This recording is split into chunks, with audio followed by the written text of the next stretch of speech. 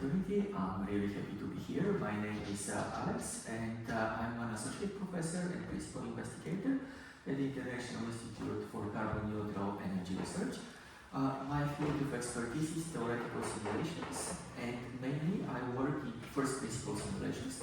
However, I do some classical simulations too, and today I would like to introduce you to differences of different flavors of simulations and what we can use them for and how we can match them with experimental work. I would like to start with a question which I very often get from my experimental friends. How reliable theoretical simulations are and how much we can trust them. Now, I hope that at the end of this presentation I will convince you that theoretical simulations are very reliable. Actually, if you well understand the methods you're using, the errors of any theoretical simulations are much smaller compared to any errors of the experiment, and theoretical simulations are actually way more accurate than most of the experimental, if not of all experimental techniques. What is the real problem of discrepancy between theory and experiments are the models and the proper choice and proper selection of models. And the reason for that is that in theoretical simulations we are limited in the number of atoms we can simulate. So usually we would have a few hundreds of atoms at most, and we are putting in our model atom by atom. In an experiment, however, we have moles, and we are putting in our experimental setup mole by mole. And certainly if you try to model something atom by atom when it is actually performed mole by mole, you might reach discrepancies, and those discrepancies are a correct choice of a model. So today I will focus on several problems we deal with, and I will show you how do those problems are macroscopic, how we actually can choose accurate models and fit those theoretical models in such a way that they will describe the experimentally observed results. The first one would be chemical processes which are happening on sorry to say, fuel cells and electrolyzer interfaces. Actually, it's not going to be the first one. This is just the first here in this row. Second, we would have molecules interacting with gas permeable membranes, something very different. In this case, we have layered oxides. In this case, we have amorphous polymer units, and we will see how we would approach modeling of amorphous polymer units. Then there will be an example about chemical mitigation of hydrogen embrittlement, a completely different system where we have metals and molecules which interact with those surfaces. And finally, heterogeneous catalysis catalyzed by metal nanoparticles.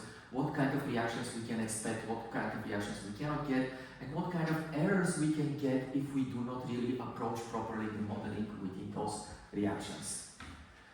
I would like to start with the different theoretical concepts which we can use nowadays. And those concepts are limited by our theoretical understanding of the world. Before 19th century, we had classical mechanics, which is based on Newtonian equations of motions, and we very well intuitively understand classical mechanics because it is based on the macroscopic world, and that's where we evolved as macroscopic creatures. Now, in the classical mechanics, or in the classical mechanics simulations we perform today, all important values are taken from the experiment. Those methods are quite empirical, so we rely a lot on the experimental accuracy and experimental techniques. Simulations, which are based on classical mechanics, are very fast. They have very low computational cost. We can simulate usually very large systems, over hundreds of thousands of atoms. We can reach even 1 million atoms, depending on the computational power and resources we have. And we can take into account the environment, temperature, pressure, and all environmental conditions. However, there is a big problem, a big limitation, and if the experiments on which we rely in the classical mechanics have been wrong, misleading, there were some problems there, then we won't be able to inform the experimentalists that there was a problem, because our simulations were already based on misleading assumptions. The other way, the other approach is based on quantum mechanics. This is the 20th century, our cutting-edge understanding of the universe and materials. And those simulations, usually we call them first principle or ab initio. Those simulations are based on the grounding founding principles of physics. So in our simulational model, we start with building the universe from electrons and nuclei together, and we would simulate this universe without, well, it's actually impossible to be without any information from the experiment, but with minimal information from the experiment. Now, we pay a very expensive price for it. Those simulations are very slow. They consume a lot of computational resources, a lot of computational power. However, so everything is calculated, all values are calculated, so they are quite accurate. However, they are slow and there is a high computational cost. That's why we can use very few atoms in those simulations, usually a couple of hundred at most, and it's still very slow. With very good computational power and resources, we can go to a couple of thousands of atoms and some approximations, but that's still very far away from most. So that's not what really you have in the experiment. So we really have to choose very carefully those 300 atoms which we are going to simulate. And we work in a frozen world. Neither temperature nor pressure are present in quantum mechanics. They are not concepts of quantum mechanics. So we have to find some other statistical approaches with which we can include temperature and pressure. The good thing is that if the experiments we try to simulate were wrong or misleading, if the experimentalists didn't really realize what they had in the system, we actually can point it out, because we built our computational model from first principles, so we built our computational universe. So if the results are mismatching, most probably the model which we imagined and the experimentalists told us that it's there is not really there in the experiment, is not present in the experiment. So this is a very great benefit of simulations based on quantum mechanics. And today I'll focus mainly on quantum mechanics simulations and how we build our computational models. Now, just an example about the simulations performed with classical mechanics and quantum mechanics. What are the basic differences, especially for chemists from the field of chemistry? In classical mechanics, we have masses and spring constants. Those are the Newtonian understandings of force and motion. So between the atoms, we have force, which is building them together, a bond, that's a spring constant, and everything we can get are some weak interactions between the entities. Certainly, we can have reactive force fields where we somehow from the experiment get information how this bond would be broken, but again, then we will depend on empirical data which we take from outside. In first principle calculations or in quantum mechanical calculations, we have nuclei and electrons that not connected together with any springs or any artificial forces. All the interactions between them are computed, so we can get directly reaction reactivity, chemistry, and we can model real processes and real reactions there. Quantum mechanics is based on the Schrödinger equation, which describes, just like Newtonian equations, describes all the possible motions in the macroscopic world. Schrödinger equation describes the total energy and the motion within the quantum world, the quantum domain, which is the subnanometer domain. In the Newtonian equation, we have the Hamilton operator, which is acting on the wave function, and then we can get the total energy of the system. The Hamilton operator is the energy operator, and it includes the kinetic energy of the electrons, kinetic energy of the nuclei, the potential interaction between the nuclei and the electrons, potential interaction between nuclei and nuclei, and the potential interactions between electrons and electrons in the system. This equation, of course, is very complex, very difficult, cannot be directly approached for any system which has more than one electron in it. And it can be significantly simplified. One of those simplifications comes exactly from this university. This is the Born-Oppenheimer approximation, which was developed here, where the motion of the electrons would be separated by the motion of nuclei due to the very big difference in the mass between the electrons and nuclei. But even that simplified model still cannot be solved analytically, and the problem is the term of the electron-electron interactions. Now, electrons are very small, they move very fast, and the Heisenberg principle of uncertainty forbids us to know exactly their momentum and their position. If we don't know their position, then we can't really get the term for the electron-electron interaction because the position of the electrons is fixed there. So the reason that we cannot solve analytically the Schrödinger equation is not in our mathematics, it's not in our computational power, it is in the universe itself. It is in the uncertainty of the universe. So as we cannot ignore the kinetic energy of electrons, it's quite important, we can't really get accurately the potential energy of electron-electron interaction. The only thing we can do is develop approximations which approximate those electron-electron interactions. Now there were many approximations which were developed, approximations which were developed by chemists and approximations which were developed by physicists. Those by chemists were very useful in the qualitative understanding in the early age of theoretical chemistry. However, nowadays we actually have our main working course, the approximations developed by physicists, and that's density functional theory, which was proposed and developed by Walter Kohn, who received in 1998 a Nobel Prize for this method. The density functional theory, I will not go deep into the details on what exactly the theory is based, but the electron-electron interaction, instead of single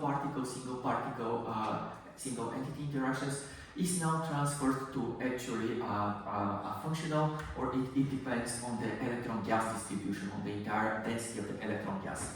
As a result, the problem from multi-dimensional problem is shifted to a single dimension, to a three-dimensional problem, and this really simplifies a lot the computational difficulty of the problem.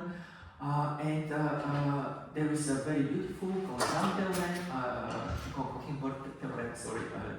the equations, which states that the ground state of any interacting many-particle system with given fixed interparticle interactions is a unique functional of the electron density. So if we know this unique functional of the electron density, we will get all the properties of the system. Unfortunately, as of today, this functional is unknown, and we have to approximate this functional. Now, most approximations are based on homogeneous electron gas and a grid, where homogeneous electron gas equations for which we can solve exactly the Kohn-Sham equations, and the grid of space where we are solving the Kohn-Sham equations for homogeneous electron gas. There is a problem. Homogeneous electron gas is a very delocalized system, and as it is being a very delocalized system, usually we have over-delocalization of the electrons in density functional theory. That has a lot of consequences. The most notable one for experimentalists is that any band gaps predicted by DFT are too small. The reason are much narrower than the band gaps measured in the experiment.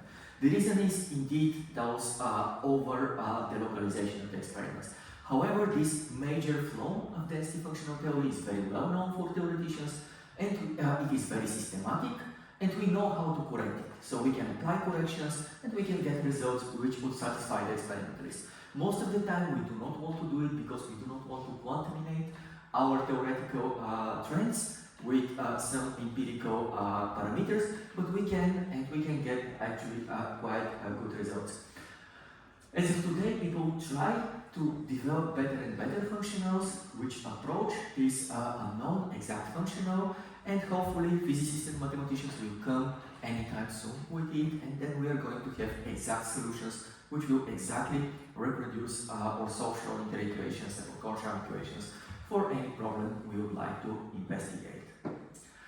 Now, a few words about the theoretical simulations. The theoretical simulations are based on the wave functions. This Hamilton operator acts on the wave functions. Again, time's too short to go deep into quantum mechanics, but quantum mechanics tells us that any wave functions which satisfy several conditions can be used to approximate the wave function of the system we are interested in.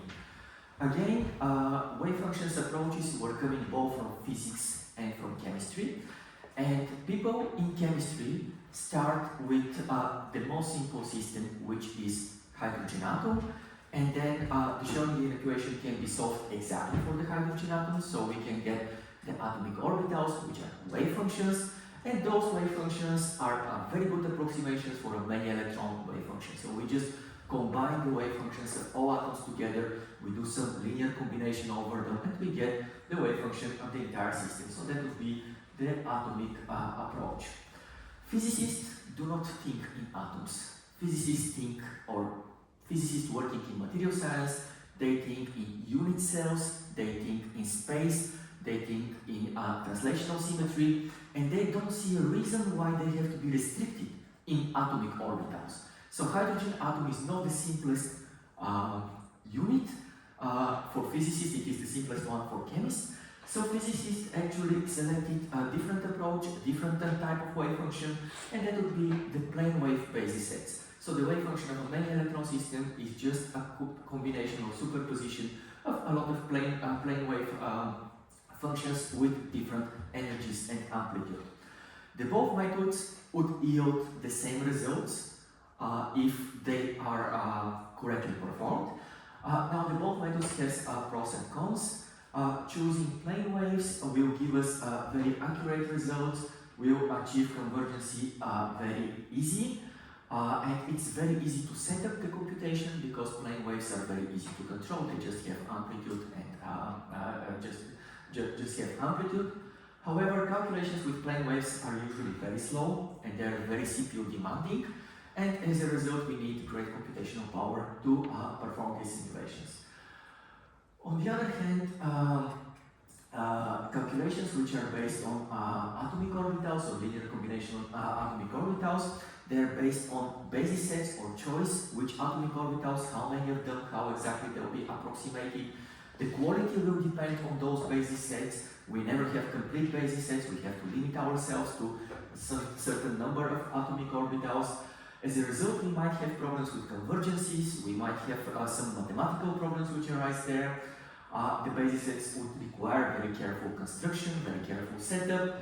However, the calculations are quite fast and we can approach much larger systems, and the results are very easy to understand and interpret chemically, as all those atomic orbitals are coming from our chemical understanding on what are the electrons in atoms. So there are different flavors of DFT results. There are different software packages which deal either with plane wave calculations or deal with atomic orbital calculations. The softwares which are used in simulations, theoretical simulations or DFT simulations, are very accessible. We have all kinds of codes which are based on the choice of basis sets, codes which are free, and when I say free, they're free as freedom. You can get the code and you can perform your own modifications so that you can actually perform a very high level science if you have ideas how to speed up or improve the code. There are codes which are free as free beer, so you can obtain them but you cannot really modify them. And there are codes which are quite expensive, reaching tens of thousands of dollars per single license. And they come really with very good graphical user interfaces, very good choices of basis sets, and so on. Now, what does a DFT software do? Actually, there is very few equations in a DFT software which have to be performed. The first thing is we have to we receive from the experimentalist or from our educated guess the positions of the nuclei in the system, and then we calculate the interaction between electrons and nuclei. Those interactions as the nuclei would be frozen in the electronic calculations in the equation. Those interactions are very easy to calculate, and those are calculated values, so you can easily calculate them. Then you need some initial guess for the electron density, and this initial guess is a very important part. That's what actually you pay for when you buy different DFT softwares. That initial guess, if it is well chosen, you have very quick convergence, very quick calculations. If this initial guess is quite simple, then you might have to perform a lot of calculations and you will need a lot of time until you obtain your convergences. You have to calculate something which is called Hartree potential. This Hartree potential would be an interaction of a given electron with the electron density. You calculate exchange and correlation potential. This is your DFT part, so that's the really the DFT functional is providing this exchange and correlation interaction in the system. Then you calculate the total potential of the electrons, the potential of the nuclei, the potential of other electrons, exchange and correlation, quantum potential, Then you solve the one electron Kohn-Sham equation. You calculate the first electron density, which is really computed now based on your system. Then you take this electron density, you compare if it is the same with the original electron density, of course not in the first loop, and then you start looping it until the electron density converges, until of two sequential steps the electron density is the same. Now this is a very expensive computationally numerical procedure, but there is no other way to achieve it. So that's why most of the time when you ask the magicians to perform calculations for you, understand it's expensive, right? Once you have the electron density, you move to the geometry cycle. You want to know the exact optimized geometry, not the one you imagine, but all the bond lengths and bond distances. You use this electron density and the position of the nuclei to calculate the Feynman forces. And by calculating those forces in the optimal geometry, all those forces must be zero. Of course, if the forces are not zero, you have to perform some displacements of the atoms in the direction in which those forces will be minimized. Now, we do not have our own optimization algorithms, we borrow them from mathematics, and we use those minimization mathematical algorithms to displace the atoms in a direction which most probably will reduce that forces. Now, once we displace the position of atoms, however, then we would have to change this external potential. So by displacing the position of atoms, we go back into the electron cycle and we repeat it again. So the high cost, the high computational cost of DFT calculations. Then we get the new electron density, we come back here, we calculate again the forces. If they are not zero, repeat again and repeat again. Certainly those forces will never become zero. We choose a small enough number which we call zero, and then we have convergence of the geometry loop. So the reason I showed you those situations and those two loops is just to convince you that those DFT calculations are really pricey, they're really costly, they're expensive. Luckily, one of the fields in which DFT was applied and contributed a lot are semiconductors. Semiconductors contributed to faster computers contributed to faster DFT calculations, so it is another loop which helps us to actually obtain results much faster. What do we want as chemists? As chemists or material scientists, we want to know what is the cost for chemical reactions, what is the reaction rate, which reaction is faster than the other, how we can increase the reaction rate of a given reaction. And when I say reaction, I mean molecular dissociation, molecular formation, or even simple atom migration within bulk or on a surface. Now, to know that, we have to understand what the chemical reaction is, and all of you have seen this diagram where we have a reactant, we have an activation barrier, and we get a product. Usually this one-dimensional plot is an oversimplified picture. Usually we have complicated multidimensional potential energy surface plot. Now in this complicated multidimensional, which in this case is still quite simple two-dimensional, we will choose the direction between our reaction and product, and then we will have this plane in which the reaction will occur. So what we have to estimate is the height of this activation barrier, and to know it, we must know the geometry of this transition state, which is B over here. If we know the activation barrier, then we can go to the Arrhenius situation. Most of the time, not always, we will ignore the exponential factor, and then we'll have the activation barrier in the Arrhenius situation, temperature and the gas constant, and we'll be able to estimate the reaction rate. Now, how would we get the geometry of the activation of the transition state and the height of this activation barrier? Here I would like to just note that it is not a simple optimization process anymore. It is one thing to find a minimum. It is a very different, from a mathematical perspective, from a mathematical point of view, it's a very different thing to find a saddle point, which would be the lowest energy point in a hill between two minimums. There is no direct mathematical algorithm which will take you there. There is no direct optimization. The first thing is to have to be able to imagine the geometry of the transition state, or a geometry close enough to the transition state, and then perform a local Newtonian optimization where only along one reaction coordinate we are maximizing the energy and minimizing it in all other directions. However, this requires a lot of chemical intuition.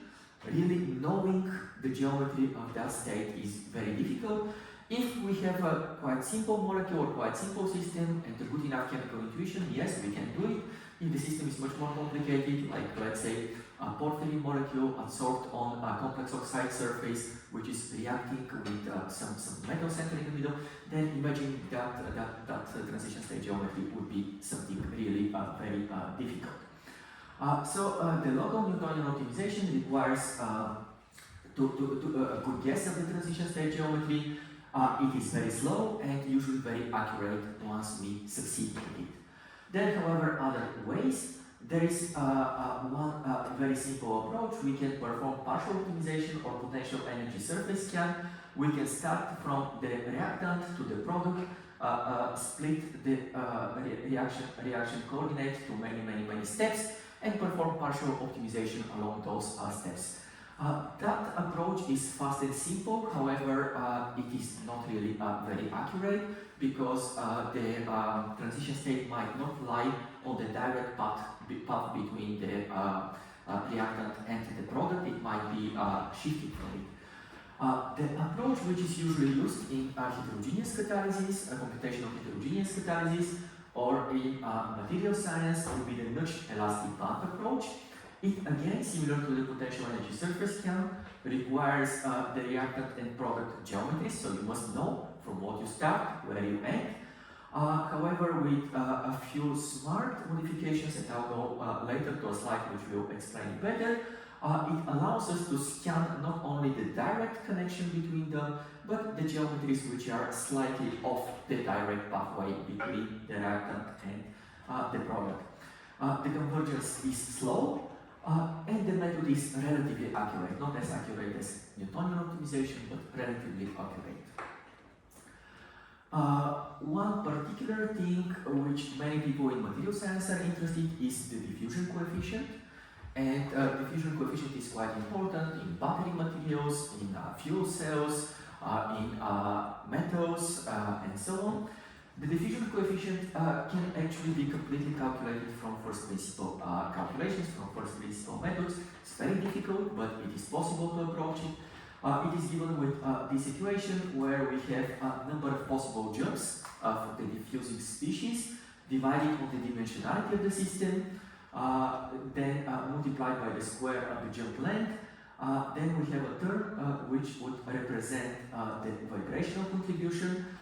These are all vibrations in the ground state divided on the product of all vibrations in the transition state. And then finally we will have this Arrhenius term where we will have in the exponent the activation barrier and the temperature. The pre-exponential factor is actually the rotational, translational and vibrational contribution to the diffusion coefficient. So for example, we can even easily analyze this pre-exponential factor and see that in the book we have possible jumps, let's say, in 8 different directions. If we have a octahedral symmetry and we have dimensionality of 3, and on the surface for the same system we have only 6 possible jumps and lower dimensionality. So just by analyzing this pre-exponential factor, we can see that on the surface we might have much more dynamics compared to the bulk, and this is very often what experimentalists see for surfaces. So you can see that with DFT we can calculate the activation barrier, we can calculate the vibrations, and we can get the complete diffusion coefficients of the system. Very costly, computationally very costly. Now the nudged elastic band method. In the nudged elastic band method, we build a potential energy surface scan, which is a direct reaction coordinate between the initial point and the final point. However, between the selected points for which we will calculate the geometries, we introduce a fake spring constant. This fake spring constant would allow the band to bend and to search for a lower energy of the potential energy scan. That spring constant, that phase spring constant, the forces from it will actually affect the geometries within all those images we have to calculate on the path. Now the calculation is really very slow because we'll have to minimize the forces in all those geometries along the pathway, and then also minimize the force acting on the entire band.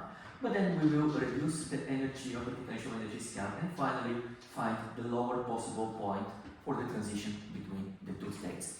So showing you all those techniques and methods is just to tell you through what theoreticians have to pass in order to get the reaction rates and derivation barriers. And of course, choosing the correct models is very important, because if you choose a wrong model and you do all these simulations, you're going to get wrong results for really very high computational cost.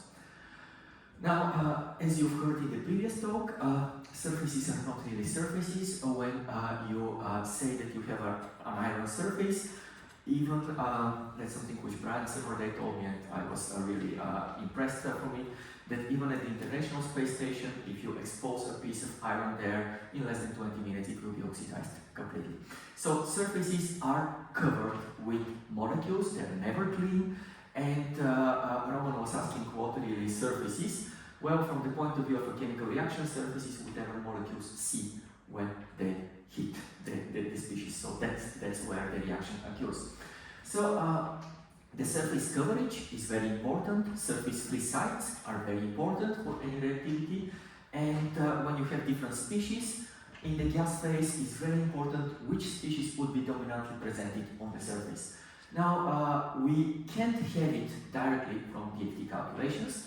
However, we can link our DFT calculations with different absorption models. One of the easiest absorption models we can choose is a Langmuir absorption model, where we can link the surface coverage of a species to its partial pressures and the equilibrium constant of absorption and desorption.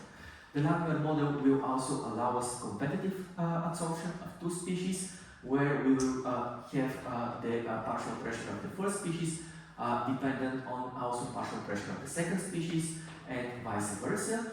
And we can also have dissociative absorption, where one species will dissociate and occupy two surface sites, so then we'll have this square root in the Langmuir absorption equations.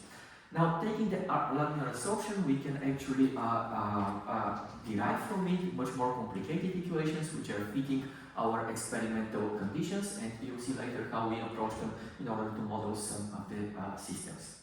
Now, from here, I will show you several problems which we had at Eisener, where theoreticians and experimentalists had to work close to each other in order to create the models correctly, and then the theory could provide useful information for the experimentalists so that they could approach their problems.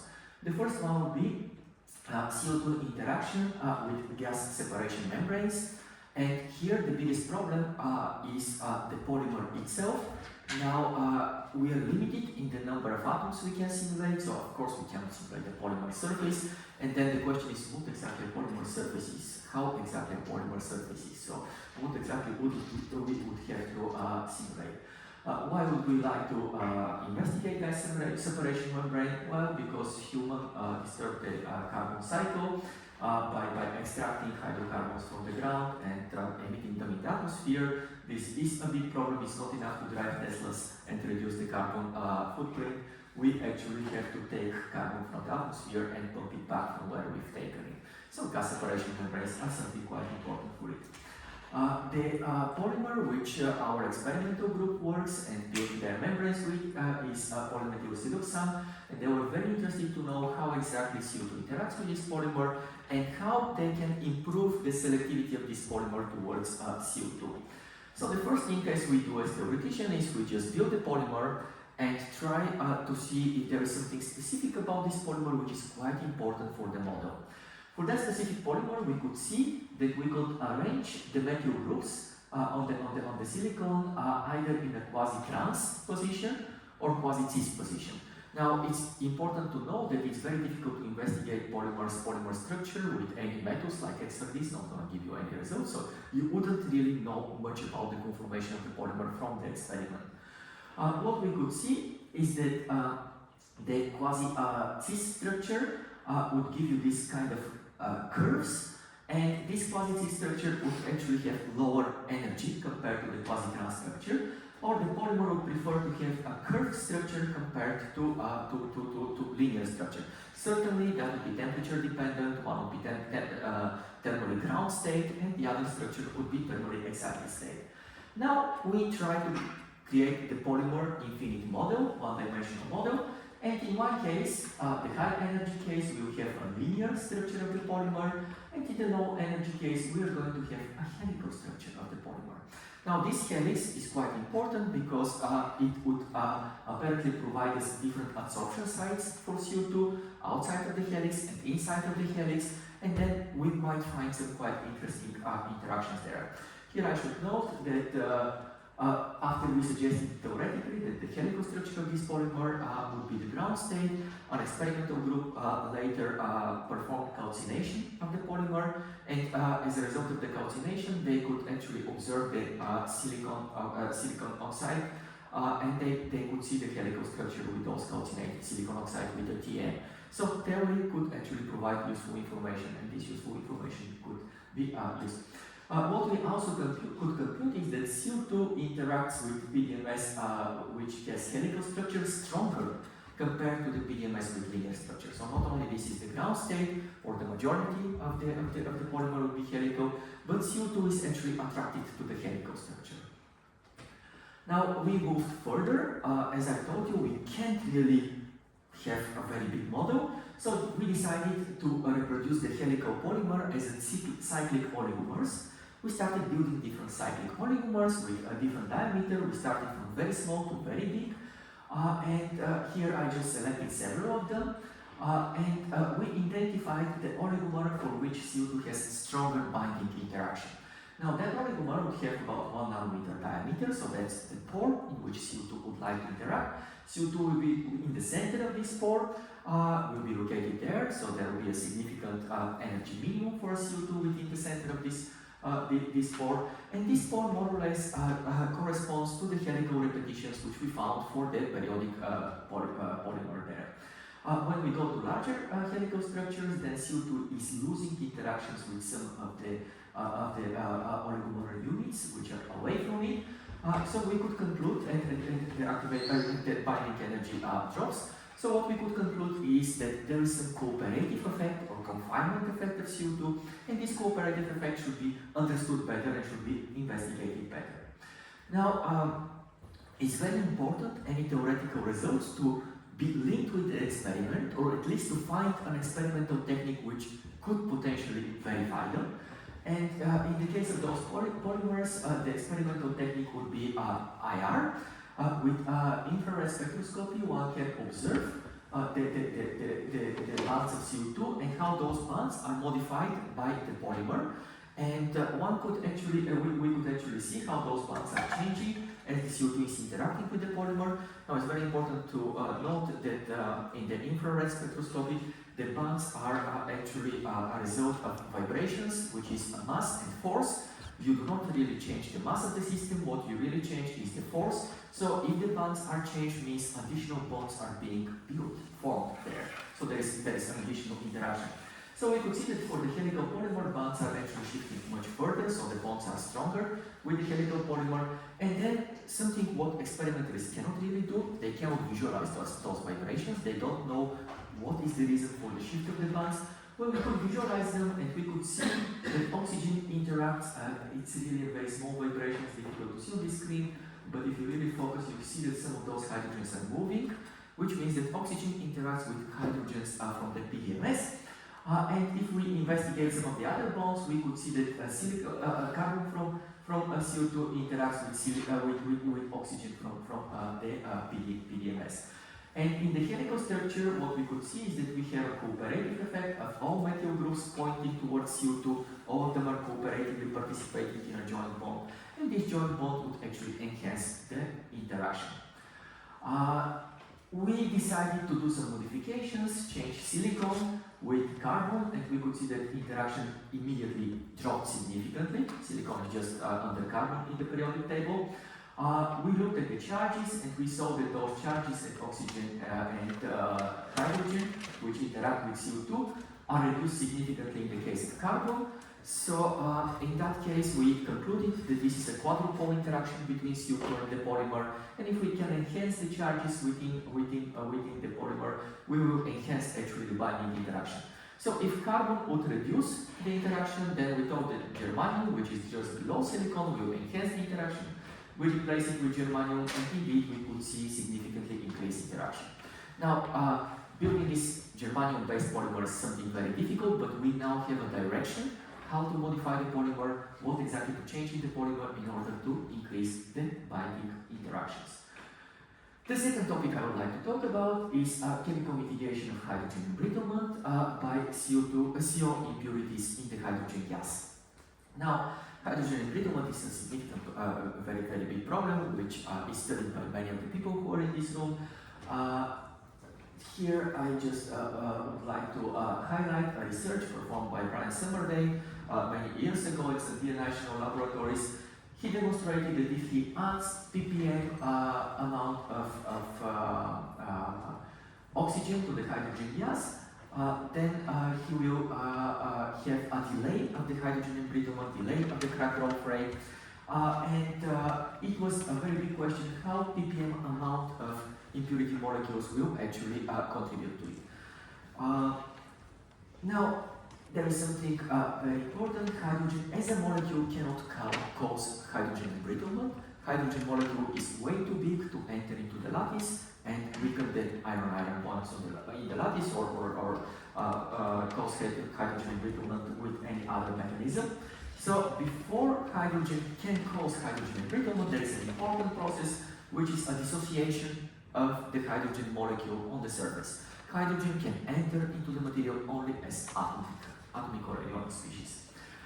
This is a chemical reaction, and while in the field of metallurgy, this chemical reaction is taken for granted, and it's very easy. Actually, it's not very easy. Splitting hydrogen in chemistry requires a lot of energy, and the reason why in the field of metals this reaction occurs very easy is that all metals are actually catalysts for the hydrogen dissociation. So in chemistry, we have this concept of catalytic poisons, which we borrowed.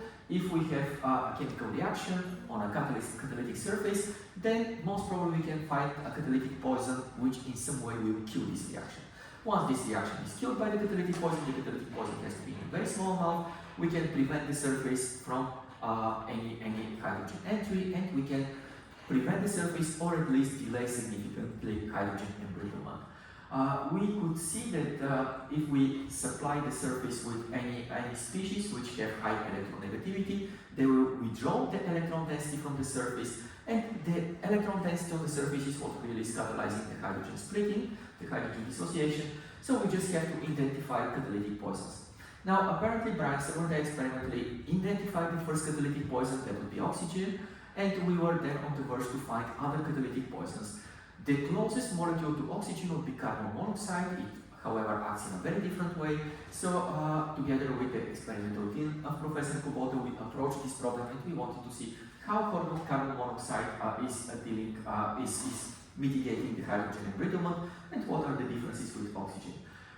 So here I actually will focus on it just to show you the computational approaches, the computational modeling. Now, just as you've heard in the previous talk, there are many possible positions on the surface where CO could be absorbed. It can be on top position, bridge position, hollow position on the one surface, and then we have to compute theoretically all the binding energy MC, which is the stable side. Then we can have different surface coverages.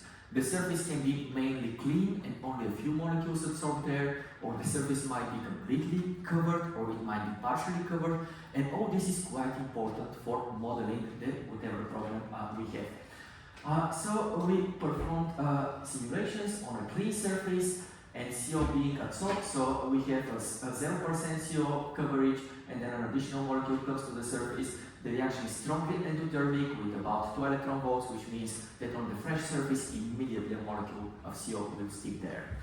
However, once we had 25% coverage on the surface, and we tried to stick another molecule, the reaction was still strongly endothermic. However, now the energy was reduced to 1.4 electron volts. when we had 50% of the surface, the reaction was still exothermic with 1 electron volt. So you could see that as you are populating the surface, the reaction it's getting more and more difficult for CO to be absorbed. And now for the first time we got an activation barrier. Before, any CO which would be hitting the surface would just do it spontaneously. However, now we have a small activation barrier at 50% coverage. Once we went to 75% coverage and we tried to put an additional CO molecule, the reaction became from exothermic endothermic, which means that now this is a reaction which is not favored anymore. And the activation barrier was 2 electron volts. It's a very high activation barrier, which is telling us that 100% coverage on the surface is impossible in this model, and the 75% would be the only possible coverage on the surface. Now, we didn't really investigate it with smaller steps. We did only 25% steps, because there was a group which just published it a year before us, and they also figured out that the maximum coverage of the surface with the CO would be about 76%. So our 75% was quite close with a very simple model. So what we could figure out is that the surface of iron could never be completely protected by CO, could never be completely covered by CO.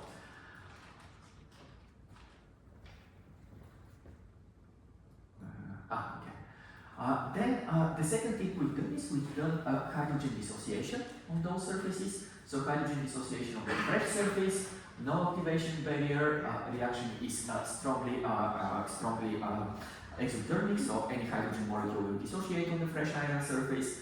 Then with 25% CO coverage, immediately activation barrier appears. CO is withdrawing electron density from the surface is already poisoned, not so catalytically active. The reaction is, however, still exothermic. Then 50% coverage, activation barrier increases even further. It's getting harder and harder for hydrogen to dissociate. The reaction is getting less and less exothermic. And then we go to 70% coverage, where we have an activation barrier of about 0.9 electron volts, and the reaction is slightly endothermic. Now, what is very important here is that at 75%, hydrogen still could dissociate. It's not a favored process, but it still can happen. And however, this additional 25% cannot be really covered by CO, because the activation barrier for CO additional absorption would require much higher energy. So CO can protect the surface, but not completely, and we could identify both experimentally and theoretically that high pressure or long exposure to hydrogen will actually lead to hydrogen embrittlement. So CO can only temporarily at a low pressure protect the surface from hydrogen embrittlement. Now, we used the Langmuir adsorption theory. However, we had to now write those equations a little bit more complicated. We split them in 4 parts with 25% contribution of each of those equations. The first one would be for surface coverage of 25%. The second would be surface coverage for 50%. Surface coverage, so 0%, 25%, 50%, and 75%. And we've done it for CO and for hydrogen, and it was a competitive and dissociative absorption in that Langmuir model. And as a result, we could see that at equilibrium, the surface will have a surface coverage of 75% CO and 0.06% hydrogen. While this hydrogen content is very small on the surface, as we allow longer and longer time, this hydrogen would easily penetrate below the surface and start causing hydrogen embrittlement problems. So we could link again the experiment and theory. Although the theory could not really use a very large model, very big model, by good collaboration and understanding of the real experimental problem, we could actually provide a theoretical description both based on surface processes and density functional theory. I'd like to move, and I think this will be the last one, because in the interest of the time, so I hope I have another 10 minutes, in a little bit more chemical problem. A few years ago, about 20 years ago, Gauss nanoparticle catalysis, nanoparticle catalysis attracted really great attention. Gauss was believed to be inert, and people were ignoring it as a catalyst, but once actually people could put their hands on nanoparticles below 2 nanometers. They were surprised that those nanoparticles could catalyze a lot of reaction. And then there was a sudden boom of the research about gold nanoparticle catalysis, and people really wanted to see which reactions can be catalyzed on those surfaces and which reactions can't really be catalyzed on those surfaces. Now, one of the most desired reactions in the field of organic chemistry is oxidation of hydrocarbons. And oxidation of hydrocarbons is actually also very important for energy-related research.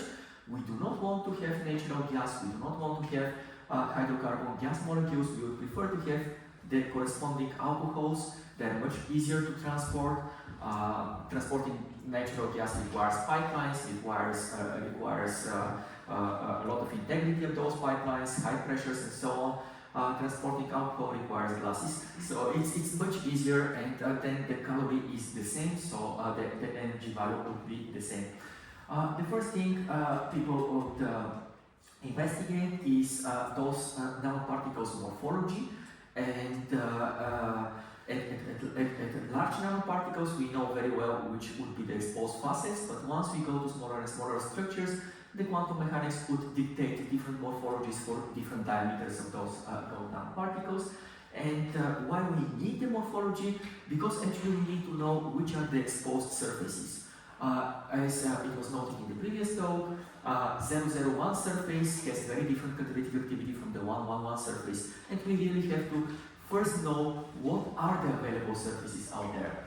Our simulations show that icosahedron geometries of those gold nanoparticles at sub 2 nanometers regime are quite much more stable compared to cube octahedra.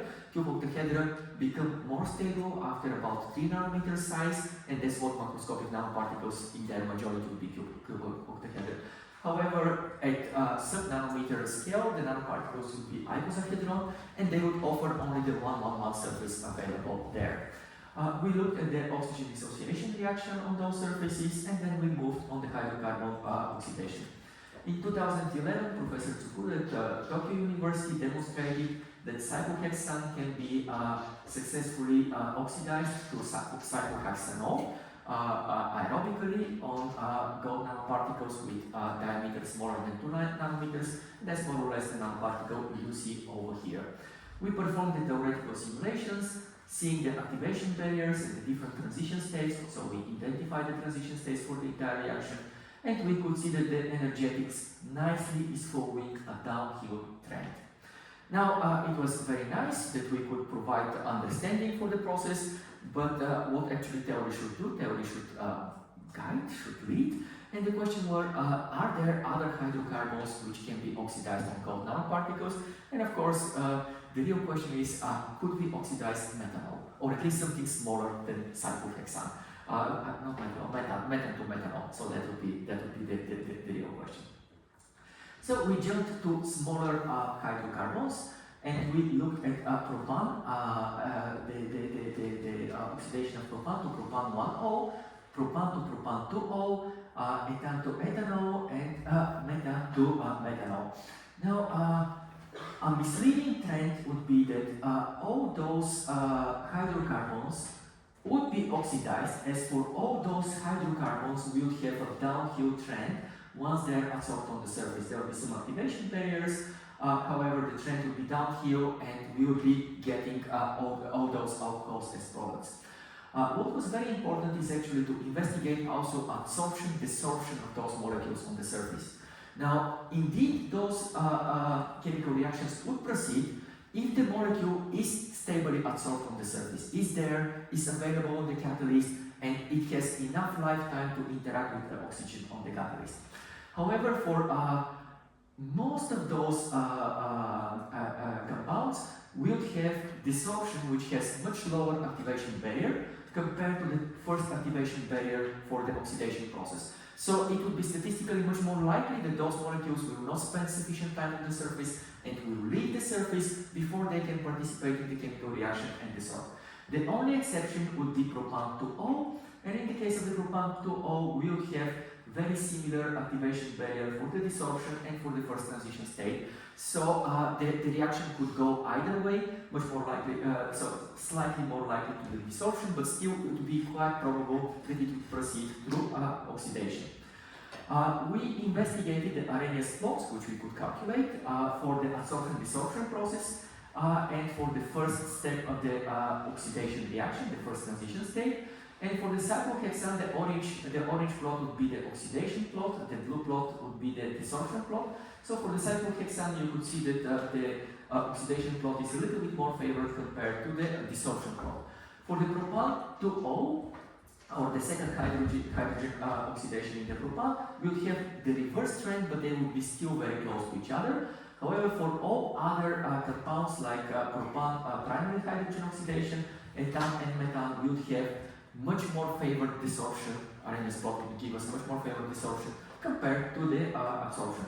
We modified the Arrhenius equation now for the entire process, for the entire reaction to the alcohol oxidation, where we have a pre-exponential factor, which would be competition between desorption and first activation barrier.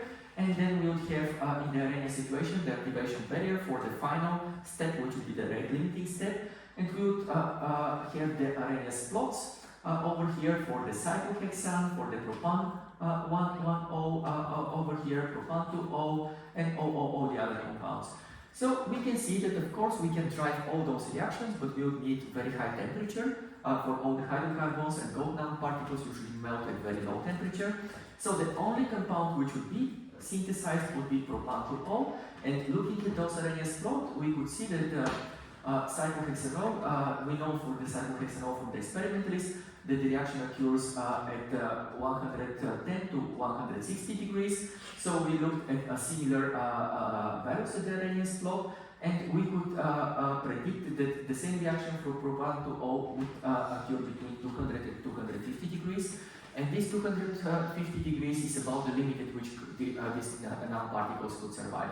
So we identified one more process, one more reaction which can occur, proposed it to organic chemists, and they could synthesize it.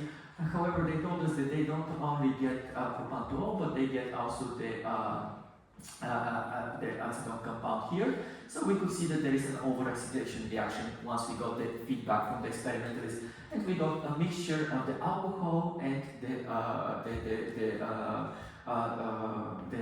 carbonyl compound from that reaction. So again, we could predict one more possible process, or one more possible chemical, which can be oxidized on those nanoparticles using a combination of Arrhenius equation and activation barriers. And we could propose it to the experimentalists, and we could provide a description why those nanoparticles cannot be used for methane to methanol, ethane to ethanol catalysis. I will skip the final part in the interest of the time, and I will just move to my summary, which is that we can actually apply first principle simulations to a large number of materials research fields in the energy-related problems. However, we really have to work close with experimentalists and experimental techniques in order to provide a good understanding and good feedback. And the reason is indeed because in the size of the models, experimentalists work with moles, we work with atoms per atoms, and that's a very big scale